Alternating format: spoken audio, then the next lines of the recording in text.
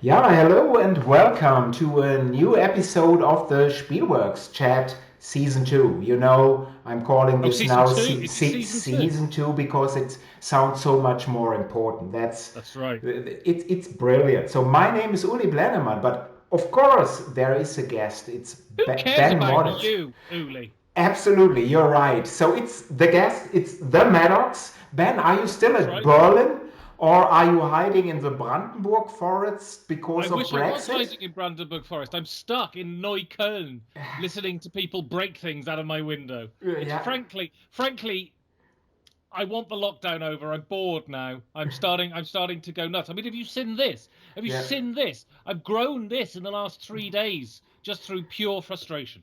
yeah. My beard here, by the way, that's 3 weeks here. So what you Right. see, so and we are having already two people here in the chat. It's Chris. Good to see you, Chris, and Tony Boydell is there. Who? Yeah, Who? who? It's a nightmare. Yeah. And hello, Stephen and Andreas Steding. Hello, Andreas. Oh, Good to Andreas see you. Stedding. Hello. Hello. Yeah. And Ben, of Celebrity. We got Andreas Stedding, who's a game designer. No other game designers, though, right? no, no other game designer. So Of, of, of it's any Chris, it's importance, Steve, anyway. it's Tony, and it's Andreas. So it's Andreas as game designer, nobody else. Exactly. Exactly. Exactly. But Ben, of course, is doing 5 games for Doomsday. I am. One of the best podcasts out there. I'm not only Excuse me, saying Uli. Excuse me. One of the the best. best, the best, of course. Come on, And Uli. I'm briefly posting the URL here. Of course, everybody already should know the Oh, URL, of course they but do. if not, I'll post it I mean, here. I've literally got tens of listeners. So that's um, 11 listeners. but Ben, actually, it's not only podcast these days. You're also doing videos now, right? Right. I've gone into the video arena. I thought, there's this saying that politics is Hollywood for ugly people. Well, I've decided to make YouTube that now. So I'm on YouTube and I'm telling the world all the stuff they have absolutely no interest in knowing. Yeah, all right. So, and Tony is saying Ben is a content creator now. It's That's not a right. video person, it's content creator. And Jason is there. He's saying hi, Uli and Beardman. So, Beardman. So, yeah, well. I am Beard Man. At the moment, I am Beard Man. I'm proud. Yeah. Today we will briefly talk about the gaming year 2020, so last year. And as you know, I'm mainly doing test games. So Ben, of course, is much more qualified for real comments on games that stand out or that stood out from last year. And by the way, if you have questions or comments, please put them in the chat window. I will respond. Ben may respond. So I we'll can't see. see them, by the way, so you could Yeah, feel free to say whatever you want. I will. I will. Right. I've already a long list here of questions I made up, so everything will be fine. Um, Ben, are there a few games that you'd like to mention there for any reasons from last year? Well, not all of the games are gonna be games from last year. They're just gonna be Yeah. games I played last year. Yes, Because that's that good. makes the list a lot easier to do, right? And I think the first one to start with is I did something that I didn't do before. So basically, the reason I got into gaming was I wanted something to do that wasn't going to the pub. Because I was getting older and I thought, I don't want to die of cirrhosis of the liver this young. I mean, it's inevitably going to happen at some point. But I thought, before I'm 40, I don't want to die of cirrhosis of the liver, right? So I, I sort of got into games to meet people. Little did I know that I ended up drinking more, but nevertheless, that's fine. But so the idea of solo games to me Mhm. was completely counterintuitive. It seemed completely pointless. Yes. There's lots of stuff I can do in the privacy of my own home when I'm alone Mhm. that is more pleasurable than getting loads of stuff out of a box and putting it on a table and then and then playing and losing and then putting it back in the box, right? But I don't know if you're aware, but there was this pandemic last year. I heard something about it. It's Yeah, if you'd have watched the news, mm, you'd have seen. So I spent months basically stuck in my flat, unable to play games essentially. So I thought I would go out into the arena of the solo game. Ooh. I know, isn't it? And this is, I mean, I had a friend who did a solo convention where he spent 4 days just playing solo games. And I thought, my God, I'm depressed. This You know, sounds actually this sounds horrible. Solo convention. horrendous, right? But I thought, and I'd been eyeing up Nemo's War Uh-huh. for ages. Uh-huh. But I just thought I don't do solo games. There's no point. And then when the pandemic came, I thought, well, this is an excuse now to buy it. So I bought Nemo's War, Uh-huh. and it's fantastic. It tells a great story. It's really engrossing mechanically. It's a ball ache to set up. I mean, there's lots of components and Uh-huh. stuff, but it's a really nice game. It's really engrossing. It takes a good amount of time. You can get yourself a bottle of wine or a couple Uh-huh. of beers, put some music on, and sit there and unravel this story of sort of megalomania Uh-huh. and rebellion. And it's really great fun. It tells the story brilliantly. The mechanics are great. There's lots of dice rolling, so it's entertaining in Uh-huh. that way. It's tactile. It's not just. I mean, I've not played Euro games solo, but it seems to me that would be particularly sterile. Whereas, Uh-huh. whereas, yeah, Nemo's War feels like a real experience that you're diving into. I really enjoyed it, and I Uh-huh. played a lot of that sort of at the beginning of last year. And how long does it take to set it up if you're playing it solo? Isn't it so? So I'm not a solo gamer at all because I test games solo, and when I'm relying on solo games, I play video games. But for me, what is always a big hurdle is I need to set it up for 20 minutes because I have to do everything alone. Right. And when I've finished setting it up, I lost all interest in the game. Yeah. So did this happen to you, or was the game I that mean, strong? yeah, I didn't lose interest. It does take a time to set up. There's lots of little chits and stuff that you've got to put out. And, it is a pain in the ass. But what you've got to do, I guess, is make it into a meditative act. You've got to make it into a ritual. You've got to say, I've got this 10, 15 minutes and I'm just going to think about the day and I'm going to, plan what I'm going to do tomorrow. And then I get my reward at the end, which is playing the game. And so you'd say Nemo's War, that's a definite recommendation. Oh, it's great. It's absolutely fantastic. Yeah, yeah, yeah. And the playing time is about 90 minutes, you said? Something like that, yeah. And it feels like a proper game, and it doesn't because it is a solo game. It's not a multiplayer game with a solo mode. Mm-hmm. You kind of don't feel like you're losing anything. Okay. It's and it's got all the best elements of the co-op, and all the worst elements are taken away. And the worst element of any co-op is the people you're playing the co-op with, because they're inevitably a nightmare. So yeah, I mean, really, really strong, entertaining, lots of fun. I would recommend it Yeah. to anybody. And we are having another game designer in the chat. It's Matt Wolf. So now we are having at least two game Two? designers, That's so Andreas excellent. Steding, Matt Wolf, Yeah. and that's about it. But Matt is making a comment here, or two comments. The first one I'm not understanding really. Surely the podcast is at least as good as the Iserlohn Roosters. So I don't understand this. I mean, frankly, if the podcast is not better than the Ease Alone Roosters, I'm going to go and hang myself right now. But he's also saying Especially being a Nuremberg fan like I am. a Thomas Sabo I'm fan. very depressed. But Matt Wolf is also saying, too bad Nemo's War is published by Game Salute. Yes, that's not my favorite company, but Is I it think, published by Game Salute? yeah, I think, It's Victory Point Games, right? yeah, but they were Is bought that by is that them. oh, They, were they? the first edition was, but there's also a German edition. So for German listeners, I think it's done by Frosted Games, so by Matthias. I think Okay. they did it. So there are several options. And Stephen is saying I liked it a lot as well. And Mo, hello Mo, so another game designer here, and he wants to try Navajo Wars, so by GMT. Yeah, which what I've heard is also a very strong storytelling game.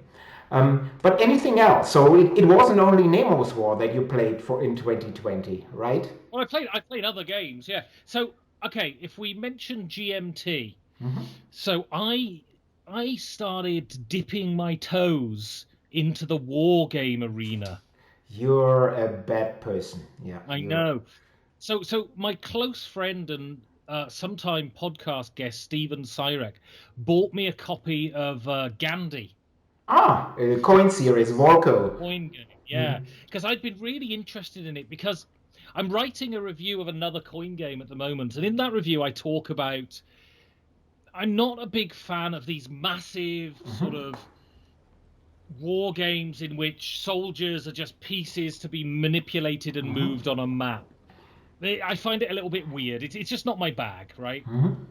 Especially and like when I read about history and stuff, I like to read about people rather than events. So the people within the events rather than the events themselves, right? I find the stories of people to be far more interesting than the Absolutely. overriding politics often, And I was really drawn to Gandhi because, you know, it's a huge part of being British is dealing with that, Mhm. the legacy Yeah. of I can't speak. I'm having a dry January and I still can't get words out. Colonialization of India, and what we did out there. Gandhi is an ever-present figure, and I thought it was really interesting that you have a coin game and two of the factions are non-violent, Yeah. Mhm. and that's really fascinating. And Mhm. the whole coin idea I think is fascinating because what you're dealing with is what you're being asked to do within the coin environment is see a conflict through the eyes of everybody involved, right? Mhm. And so you're getting a, dare I say it, studious, Mhm. almost academic exploration of what's going on. And you're being asked to to walk in the shoes of various different people, even ones that ostensibly are against Yeah. idealistically. Mhm. And so so a friend of mine, and I had Volko on my show, and Which, by the way, is a great episode. You should definitely listen to it because it's fantastic. And I learned, although I talked to Volko in person, I learned a lot about him that I did not know. So yeah, definitely check it out. Check that episode out in he's particular. an ex-CIA guy, so that's fascinating, right? And so I had Volko on the show, and he spoke about it in his intentions, and it just got me interested. And I played Cuba Libre years ago, but I didn't really remember anything about it. And my friend bought me Gandhi, so we played Gandhi in between the years, as they say here, between Christmas and New Year, and it was wonderful. Except the first round was a Mhm. nightmare Yeah. because I'm not a war gamer, and these rules are really dense for someone It's who. GMT legalized style, so it's tough. But may I ask you a question? Because Yeah, I know coin, I played a couple of coins, but with how many did you play? The full amount, four players, or yes, okay, because because yeah, they have bots. They have bots for the other players, and I can't be asked for yeah, that. I hate Flow them as charts well. is not my thing. No, it's like a flow chart. Now do this. I had the displeasure once to play a coin with less as four. That's horrible, but Right. that's good to hear. So I Yeah. haven't played Gandhi. So you're recommending, especially because there are two factions that are totally non-violent. Is this Yeah. what Exactly. stands out? Yeah, and so we played Gandhi and it was great and it tells a really great story and it took us 8 hours to play, which is too long for any game, but the first play. And with coronavirus and stuff, it's difficult to get four people in a room, especially now German Yeah. law has been more strict. So I bought All Bridges Burning, which is the latest coin game. Mm-hmm. And I bought it as much as anything because it was three players, Mm-hmm. right? And it's amazing how much easier it is to get three players to a table under these situations than it is to get four. And All Bridges Burning is something that I had no idea about, which is the Finnish Civil War, the Yeah. short Finnish Civil War in Mm-hmm. 1918, right?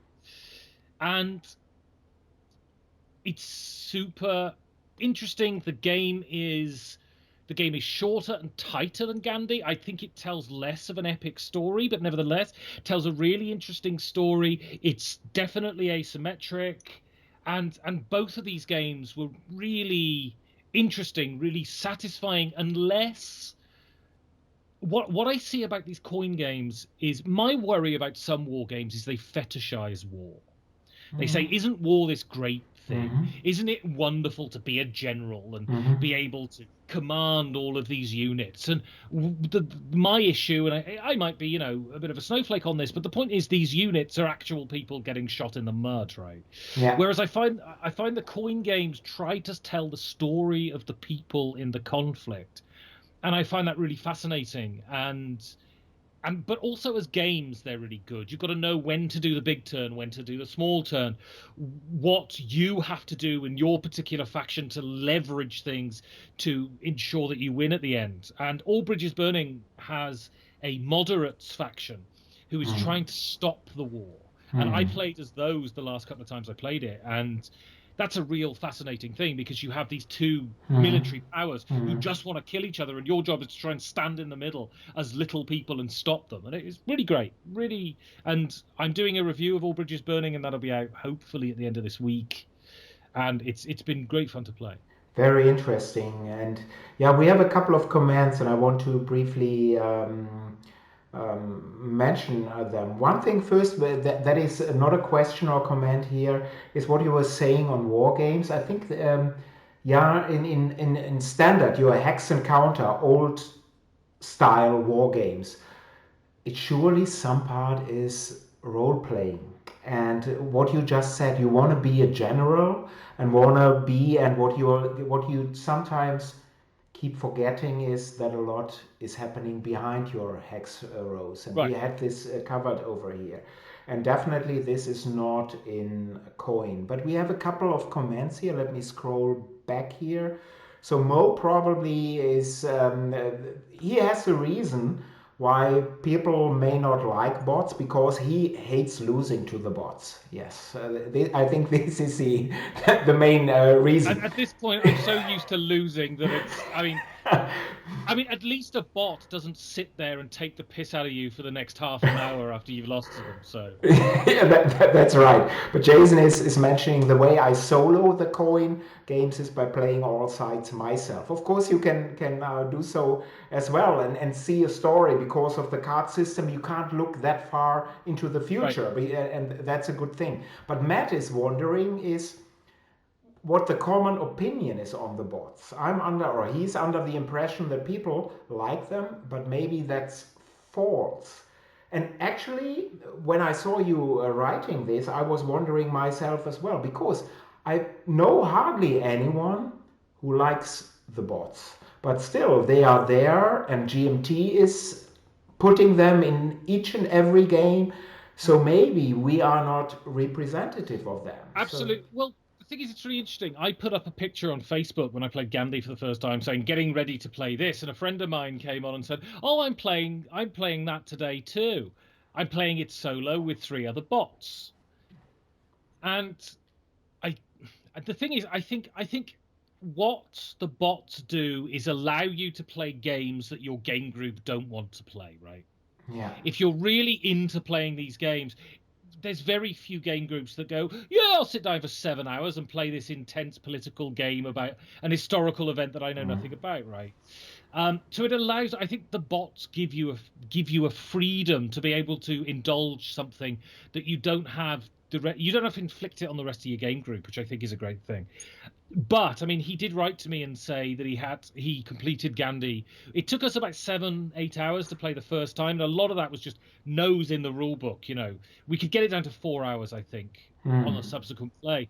But he said, it was 2 8-hour sessions over 2 days for him to complete the game of Gandhi, which is too much for me, I think. Yeah, I think so too. And Daniel, by the way, is congratulating you on your beard. So you Thank see, you. so I'm getting you are sexy. You're a sex symbol. Congratulations on my beard. This is just simply being lazy. That's all it is. I'm just being lazy. Yeah, I okay. did nothing. when I do work, no one ever gives me any congratulation. All I do is sit around the house and wait for my hair to grow, and everyone's giving me a round of applause. Yeah, It that's seems good. completely unfair. That's good. But Stephen is making a comment. Have you tried out Colonial Twilight? That's a war in Algeria. It's two Yeah. player. Actually, I played it, but only once, and I did not like it. So I think, and I haven't played the Finnish Civil War game, which is for 3. I only played with 4, and I think for coin, it's important to have different factions. So Colonial Twilight was not really bad, but I didn't like it too much. But yeah, you can play coin with 2. I mean, I'd love to get it. I'm getting a bit addicted to these things now, so maybe, maybe I'll get it. We'll see. Yeah, we'll see. So okay. So anything else than Nemo's War, Gandhi? Yeah, let's have a look. Oh yeah, so I sort of broke my cherry with 18xx games this year. Oh. So in the summer, where we could actually meet people for about 2 months, the lockdown was sort of relaxed a bit, and so I went to a friend's place. Excuse me, and we played 18 Chesapeake, Mm-hmm. which is apparently the sort of entry level 18xx game. So it's very stripped back and doesn't have a lot of the stuff. And it was great fun and challenging and interesting and brutal and hard, but it didn't get its hooks in me. Now I only played it once, right? And I played the City of the Big Shoulders, which is a sort of hybrid worker placement 18xx thing. And I bought Age of Steam this year, and I played Age of Steam. And I know it's not an 18xx game, but nevertheless, sort of classic train game. And so I could be into it, but I would need to play it more, because the problem is with these 18xx games, they attract a sort of cultish following. Yes. Yes. Absolutely. If I was playing with people who are really into 18xx, and you just if you're a newbie surrounded by people who are experienced, you just haven't got a chance. And everyone likes to be kind of mature and say, well, it's only for getting together and having a game and Yeah. But then you but see that but if they you're being start playing. beaten around the head for 4 hours, it gets a bit frustrating after a while. But I definitely need to try more. It was interesting. I could see why people enjoyed it, right? Yeah, and it's an interesting subgenre of these train games, and actually, your experience is like mine. When I started playing 1829, so this Heartland Trefoil box in the 80s, so late 80s, there was a group of very experienced players, and I came as a newbie, and I was trashed. They Yeah, said, well, we will help you, and it's okay. And I was trashed. And then I played 1830 afterwards. I was trashed again. And for more than 20 years, I did not play 18xx. I wasn't hooked. And this was not necessarily the game, but that it's, as you said, very well said, this cultish feeling of some people towards their love child. right, Very interesting game. But um, anything Cole recommends, of course, Cole Worley can't be bad. So you have to right. play it again. Sure, absolutely. And I think 18 Chesapeake, I mean, I think the reason 18 Chesapeake I will play again is because it's an 18xx game that doesn't take 7 hours, Yeah. right? It's a reasonably short one. So but the problem is with these big games that you need really full player Yeah. counts for. Yeah. At the moment, it's just bloody impossible, right? Yes, that's it. And do you play? Quick question in between. Are you playing on any online platforms? Are you? What is your view on Yucata, on TTS, Tabletopia, Vessel? Are you playing at all? So I when the first lockdown happened, it's like everyone's really, energetic. Yeah, let's get together over Zoom, let's play games online, da, da, da. And I played BGA. I was on Board Game Arena a bit. I interviewed the guys. I did a series of a series about coronavirus and gaming, and I interviewed the Board Game Arena guys, to ask them, because their website shut down at the beginning of the pandemic because it just got completely overloaded, right? Because everybody sort of went online. And I've played on BGA, and I've played on Tabletop Simulator, and I've played on Tabletopia. And for me, out of all of them, even though it's the less simulaty, Board Game Arena is by far the best. Just the physics on the other systems is just terrible. You have to pick up the cards with a mouse. You can't pick up the card, or you pick up the whole card, or you end up knocking stuff over. And every game, you think, oh, I'll get together and play Hands of Teutonica. That'd be brilliant. And Hands of Teutonica takes an hour and 15 minutes normally with your group, and it takes 2.5 hours. And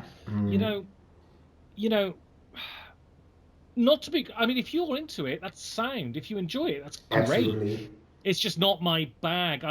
I'm into board games because of the analog nature, because of the fact that you have to sit in a room with other people. Yes. That it's something, especially in a world where we spend. I'm teaching at the moment, and all my bloody lessons are over Zoom. I spend all bloody day on Zoom. I'm not sure I want to do it in my free time, so I tried. Yeah. And at the end of the day, I was getting invites to stuff, and it was just like, no, I'm good, thanks. Yeah. I tried doing asymmetric gaming, and just doing your turn, and none of it fires my cannon, quite honestly. So I'm happy to leave that to other people. Luckily, I have a couple of people in my bubble I can play with, so I get to game. That's good, and we are seeing basically the same comments here. So TTS Tabletopia feels too much like work. Yes, there are other sites, and I totally agree. And I only play on Vassal because they have so many war games, and I can't play here in my rural area any war games. And I'm used to it for 15 years, so I didn't have to learn it now. And as a old 2D and not 3D platform, it's easy to do stuff. Yeah. Right. It is what it is. Volko sent me an invite to his Vassal module for his new game. Blackbeard? Hunt for Blackbeard. Yeah, right. And he sent me an invite to the Vassal module, and I thought, oh, yeah. And I thought, I know nothing about war games. I'm not learning bloody war games over Vassal. I'm not. So I didn't end up doing it. But yeah, but we should at a certain point, because I'm thinking now on Tony as well. We should play Pax Pamir via Vassal. It's really I played good. that just the other day, in fact. But on the table, right? On the table, yeah. Okay. But are you a fan? How do you see the game? Yeah, it's great. It's like a Cold Whirly game, right? So there's almost no rules. It's very simple and devilish. It's to be good at it, and to be able to monitor the other players and what they're doing, and to be able to play your own game too. I've grown up in gaming with multiplayer solitaire Euro games, right? And I love multiplayer solitaire Euro games, which means with something like Pax Pamir, which is so dependent on everything you do, you have to take into account what the other players are going to do after you've done it. Makes it a real challenge. But it was, fantastic. And I won when we played as well. So. Yeah, wow. I don't win games very often, so that was amazing. Is there any other game you'd like to mention, or maybe one game or two that you did not like and that were surprisingly bad last year? Surprisingly bad? I don't think I've played any that are surprisingly bad. I'm looking now. But if anything else that was very good should get a mentioning here, Ben? I'm trying to look. I'm looking at what I played last year now, and do you have BGG stats there, or I do? Yeah. You are a modern man now. I see. I am a young man. I mean, I played some game called Foothills. I don't know who designed that, but I don't know why you play that. But no, Foothills is very good actually. Yeah, I highly recommend it. Tony Boydell and Ben Bateson's 2-player game. I'm rather annoyed that it's good because Ben Bateson has never had a game published before, and his first game gets published by Lookout. and he's. I mean, it seems to me, I wasn't there, but it seemed to me his reaction to having his first designed game published by Lookout was if someone had pissed on his chips. And he seemed singularly nonplussed about the whole event. And I'm like, Christ of a bike, one of the best Eurogame publishers in the world are publishing your first game. At least crack a bloody smile. You know what I mean? But Yeah. Yeah. some people are miserable. Now, there's another game that hasn't seemed to have got Hmm. the publicity that it should, and I think it suffers. I think if a game has suffered from the pandemic, it's this one. And it's a really nice, Hmm. light co-op, but Hmm. it's actually really interesting and mechanically refreshing, Hmm. and that's Endangered. I don't know if you've played it. No, I haven't. I haven't. Of course, I've seen it on BGG, yeah, but I haven't. Mhm. Yeah, I please mean, tell us a little bit more. you Mhm. should watch the Kickstarter video because the voiceover is simply remarkable on the I video. have yeah, well, it could be a Ben Maddox, right? Could be. I mean, I don't know who it was, but let me say I was quite stimulated after listening to it. So, yeah, it's so basically it's a game in which you're kind of trying to maintain the habitat of endangered species while at the same time petitioning the UN to get certain regulations Hmm. passed to ensure that Hmm. these animals don't become extinct.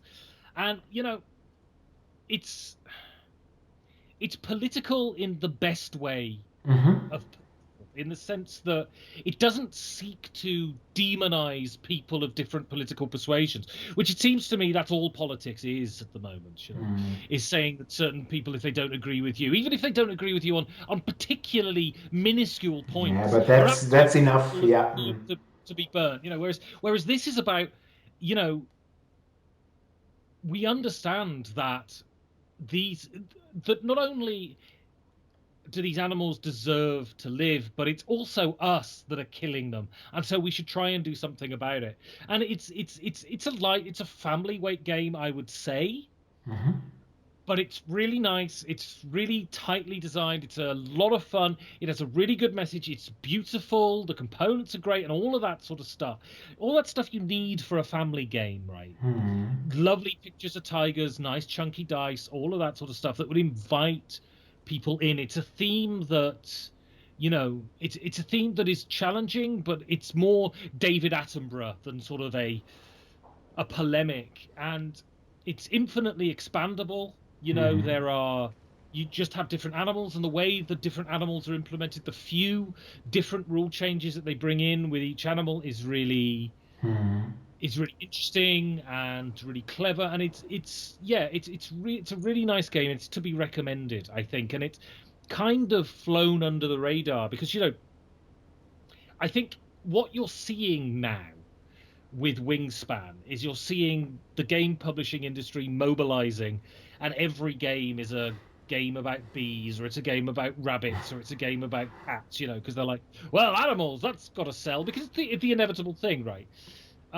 Endangered, and a lot of them take that sort of Wingspan idea of have a game and have nice pictures of animals. I think Hmm. Wingspan's a Yeah. good game, but I don't understand quite what I'm doing in Wingspan, right? Hmm. Um, Whereas Endangered is addressing addressing a need that the world has, but as I say, it's doing it in a David Attenborough kind of way. It's saying this is happening rather than saying it's happening and it's these people's fault, which I Hmm. think is nice and refreshing, and I'd wholly recommend it. Who's the publisher then? Uh, Grand Gamers Guild. Yeah, okay, yeah, but they have some good games here, and yeah, Matt is saying that he playtested Endangered already at Gen Con a couple of years ago and liked it very much, although he normally doesn't play or likes too many co-ops. So you see, this game probably was already in development before Wingspan. And Mo also says Endangered sounds amazing, except the wait. So interesting. So I will definitely check this out. Is there a good player count? Can you play it with two, or is it definitely three I more? only ever played it with the maximum with four, so I don't Okay. know that. But I think, I, be into what you're into. You can never tell people, oh well, you shouldn't be into that or whatever. But I've been playing a lot of heavy games recently, Mm. but I really do like to play games along the spectrum. I Yes. like to play. I like to play games. Sometimes, and the thing is, before the pandemic, I had a game group which was 50, 60 people a week. We'd play games, and I'm not sitting there and playing a coin game with that much noise around me, with that many distractions, with that much beer and stuff. I like a game. I like a game that's interactive, that's light, Mm. that's that you can socialize around with. There's time for heady, Yeah, peaty, single malt absolutely. whiskey, and there's time for a rum and coke, right? Yes, right. And Matt is saying that the expansion to Endangered at Kickstarter has 2,000 backers. So you Yeah, see, for an expansion, there is quite an audience for such a sure. group. Except I don't know how that happened because he didn't have a voiceover for the expansion Kickstarter. So I So don't. strange. With the I voiceover, it guess. would be 3,000. It would Well, be at least, 3,000. at least. And Ben, you are having quite an authority also because Matze, Spieletreffenverteiler, hello Matze is saying, hello Ben, sorry I'm too late. So he's apologizing to you. Matzah, So Matzah, come on, and punctuality. and Tony is saying that he designed a game about pigeons. Yeah, well, maybe you can do the voiceover for that game. So So, even if there is so no Kickstarter, so it's a yeah, well, it is what it is. But Ben, yes, did you attend any digital conventions last this year? this is a very short conversation. No, I didn't. Um, I got invited to a lot actually. Well, Hmm. I got invited to the same as everyone else, but there was also the Castle Tricon. Yeah. The Mhm. Castle Tricon, which was Heidelberg Czech Games Edition and a third publisher whose name escapes me right now. And the thing is, at the beginning of the year, I was speaking to the guy from Heidelberg, and he said, Mhm. we're having this little convention in this castle in Hessen. I think it's Hessen. Yeah. Mhm. And he said, do you want to come? And I was like, oh, God, yes. A weekend in a castle getting drunk. And then bloody coronavirus hit. So the convention didn't happen. And I did with Tony for Spiel Digital. We did a live stream once a day about the history of Surprise Stare, which was great, but it didn't feel like I was at a convention. No. And, you know, the thing is, right, when I go, so Essen, for instance, why is Essen great? Because I get up early in the morning, I get on the train, I travel for 4 hours, I avoid speaking to Uli Blennerman, Yeah. I get Which is drunk. Uli Blennerman gets me in trouble with the police. I meet lots of people. I don't play any games. I sort of walk around and I look more haggard and more tired. And by the end of it, when I'm going home, I feel like death and I feel invigorated. And I've met all of these people that I only meet once a year. All of these Americans and these Swedish people and these Dutch people and all of these people from around the world. And it's so wonderful. And it's so invigorating and it's so exciting. I don't want to bloody do it over Skype. no right. So I what's the point, right? yeah. But as you said, we don't have to talk too long about this because I don't like these huge events where you still are alone at I mean, I all. can't imagine that they're any good for publishers either, right?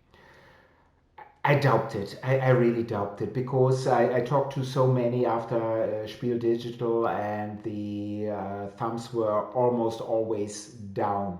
Of course, some people like it and it will be a part of the future, but for publishers, I don't think so that it's a really good thing. And you noticed it from some of the large publishers that they really didn't care. They booked a Right. package, but they had nothing up, so it was just a copy of the website, or you were directed to their website. Yeah.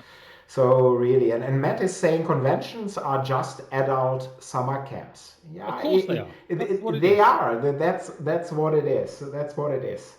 It's Um, getting pissed. It's acting like a child. It's and the thing is, I always find with gaming, especially gaming conventions. So I'm not. I didn't grow up being a nerd. I didn't grow up being into fandom and things like this, right? Hmm. And gaming is the first sort of nerdy thing I've really been into, and that's because when you get to a certain age, you get hobbies, right? And you know what conventions do is they reinvigorate, and I know it's not the same for you because you have to work. I just Yeah. pretend to work and get interviews, but they invigorate me for the rest of the year. And also, also running this podcast and the podcast I do, which is dependent on other people doing it. Conventions are bloody great for me because I get to Yeah. meet the people face to face. I get to give them a business card. I get to say, "Hey, can you come on my show?" And most of the time they say yes, right? Whereas emails are super easy to ignore. You know what I mean? Yeah, yeah, absolutely. Absolutely. Any other comments on 2020? So, do you have anything in mind? I mean, I was incredibly lucky with 2020.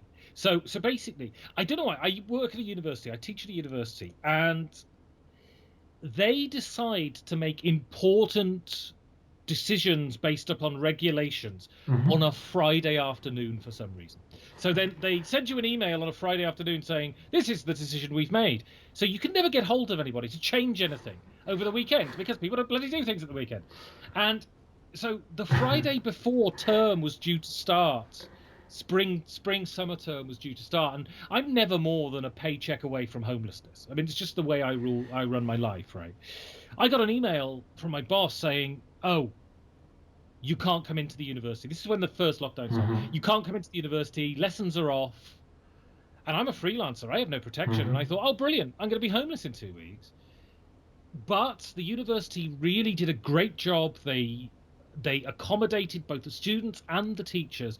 So I was able to work. I was able to, and then when the summer came, the lockdown lessened. I was able to go out and go camping and sit around campfires and drink beers in the countryside and watch the stars and listen to the birds tweet in the trees and all of that sort of stuff. I was incredibly lucky in 2020 when a lot of people had a bloody Yeah, nightmare. But absolutely. my big thing though, I mean, it's the new trend that you have to apologize for not having been made homeless. I mean, I'm not apologizing for that, but you know, I'm an extrovert. Hmm. I get invigorated by crowds of people. I enjoy being in places where there are lots of Yeah, people.